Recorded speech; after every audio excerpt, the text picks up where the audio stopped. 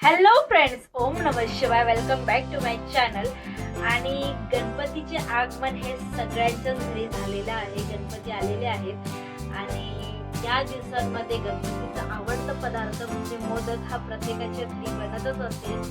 आणि त्याचसोबत आज मीही मोदक बनवणार आहे. त्याची रेसिपी तुमच्यासोबत शेअर करणार आहे. गणपतीचे मोदक हे सगळ्यांनाच आवडतात आणि मला तर खूपच आवडतात. सो मोदकाची रेसिपी सिंपल आहे. सगळ्यांनी याच्या आधी काही केले असतील आणि सेमच रेसिपी आहे. आता तर सध्या सोशल मीडियावरती इतकी अपलोड केली जात आहे, तरीही मी आज घरी मोदक बनवणार आहे.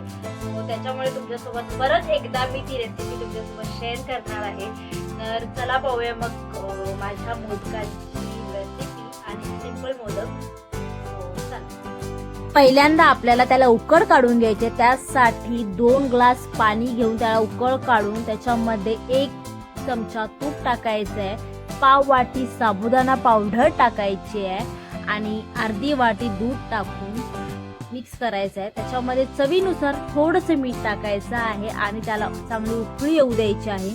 आणि त्यानंतर मग आपल्याला 2 बाउल हे होईल एवढं तांदळाचं पीठ टाकून घ्यायचं आहे. त्याला 5 ते 7 मिनिटं मिक्स करून घ्यायचं आहे आणि थोडंसं वाफेवरती शिजवायचं आहे, बारीक मंद आचेवरती. आणि मग एक 5 ते 7 मिनिटांनी गॅस बंद करून त्याला अर्धा तास तरी शांतपणे आतल्यात शिजू द्यायचं आहे. गॅस बंद करून ठेवून द्यायचं आहे, जेणेकरून पीठ चांगलं स्मूथ होऊ शकतं आणि त्याला मळायलाही आपल्याला आसानी होऊ शकते. आणि हे पीठ रेस्टसाठी थोडे वेळ अर्धा तास कमीत कमी ठेवून द्यायचं आहे. आणि त्यानंतर मग आपण बनवायला घेणार आहोत सारण. आज जे सारण आहे सो त्याच्यासाठी मी 2 नारळ घेतलेले आहेत. पहिल्यांदा आपल्याला तूप घ्यायचं आहे. तूप शक्यतो नाही घेतलं तरी चालेल, कारण नारळाचा कीस टाकल्यामुळे त्याच्यामध्ये ते स्वतःचं तेल निघणारच आहे. सो त्याच्यामध्ये 2 नारळाचा कीस टाकलेला आहे. पाव किलोपेक्षा थोडासा जास्त गूळ मी त्यात घेतलेला आहे. तुमच्या गोडीनुसार तुम्ही कमी जास्त करू शकता. आणि यालाही चांगलं शिजू द्यायचंय. त्याच्यामध्ये आपण गूळ टाकणार आहोत, सो त्याच्यामुळे ते पाणी पाणी तयार होणार आहे. गुळाचं सगळं पाणी निघणार आहे.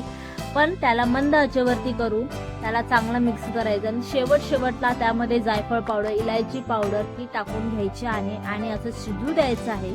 जेव्हा थोडंफार पाणी राहील तेव्हा त्याला बंद करायचंय, कारण की परत थंड झाल्यानंतर ते पूर्णपणे सुकून जातं. आणि इकडे आपल्याला जे पीठ आपण तयार केलं होतं त्याला चांगलं असं मळून घ्यायचंय. चांगले स्मूथ गोळे झाले पाहिजे इतकं त्याला मळायचं आहे. सो तर मग या पिठाला तूप वगैरे लावून चांगले बारीक बारीक बारीक गोळे करून घ्यायचे आहेत आणि अशाच पद्धतीने त्याची पात करून घ्यायची आहे. जर तुम्हाला शक्य असल्यास लाटण्याने पाठ्यावरती लाटून सुद्धा तुम्ही त्याची पाट करू शकता. नाहीतर दुसरं ऑप्शन असं आहे की तुमच्याकडे जर पापड मशीन असेल तर त्या पद्धतीने तुम्ही गोळे करून त्याच्यामध्ये प्रेस करून अशी पात बनवू शकता. मी शक्यतो हातानेच करते. आणि हे करून झाल्यानंतर आपल्याला अशा बारीक बारीक कळ्या काढायच्या. जितक्या तुम्हाला कळ्या पॉसिबल होतील तितक्या जास्त कळ्या काढायच्यात आणि त्यात आवश्यकतेनुसार सारण भरायचं आणि असंच फिरवत त्याच्यातलं जे वरचं उरलेलं पीठ आहे ते बाजूला काढायचं, जेणेकरून मोदकाच्या कळ्याही टिकून राहतील आणि मोदकही चांगला शेपमध्ये येईल. आणि असेच बाकी मोदक करून घ्यायचे आहेत. आणि मग आपल्याला त्याला उकड काढायचे. उकड काढण्यासाठी खाली भांड्यामध्ये पाणी ठेवायचंय, वरती मोदक ठेवायचे आणि झाकण घालून ठेवायचे. 10 ते 15 मिनिटं शिजवून घ्यायचं आहे आणि त्याच्यानंतर त्याला बाहेर काढायचं आहे.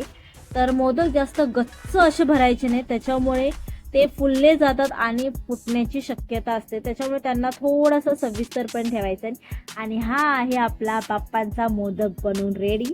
तर तुम्हाला कसा वाटला नक्कीच सांगा आणि तुम्हीही याची रेसिपी नक्कीच ट्राय करा. तर मी भेटेन तुम्हाला नेक्स्ट.